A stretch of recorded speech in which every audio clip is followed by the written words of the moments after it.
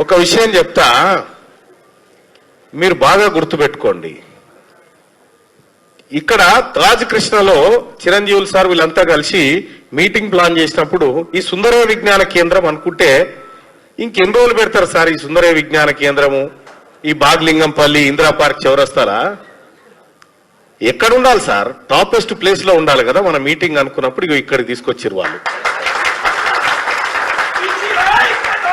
ఎందుకు చెప్తా ఉందంటే ప్రతిదీ గమనించండి సోదరులారా. ఈ బీసీ ఇంటలెక్చువల్ ఫోరం ఏదైతే ఉందో మీరు ఇండిపెండెంట్ గా ఉండండి.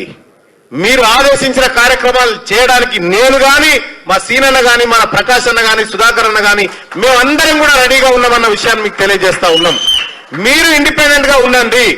మీరు మాకు సూపర్ పవర్ బాడీ లెక్క ఉండాలా, మాకు అధిష్టానం లెక్క ఉండాలా, మాతో పని చేయించాలా, ఇది జరగాల. రేపు పొద్దుగాల కూడా మండలంలో మళ్ళా నాకు మైక్ దొరుకుతూ లేదు మా ప్రకాశ్ అన్న దయ గాని దొరికినా దొరకకపోయినా నా వాదం బీసీ వాదం, నా లెక్క బీసీ లెక్కనే. కాబట్టి ఇంకొక విషయం కూడా ఇక్కడ బీసీల కోసం గలమెత్తడానికి మన జర్నలిస్టు సోదరులు చాలా మంది తయారున్నారు.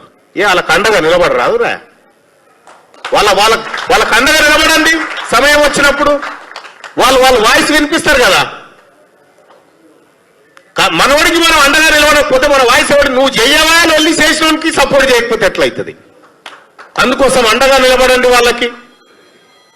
ఈ కుట్రలన్నింటినీ ఎప్పటికప్పుడు పసిగట్టి విప్పి చెప్పేది ఆ రఘు, మన సీను, మన అందరు చేస్తా ఉన్నారు. సోదరులారా, తాజ్ కృష్ణలో జరుగుతున్న మీటింగ్ ఇది నెక్స్ట్ లెవెల్ కి పోబోతా ఉంది. ఈ ఉప్పెనను ఎవడు ఆపలేడు.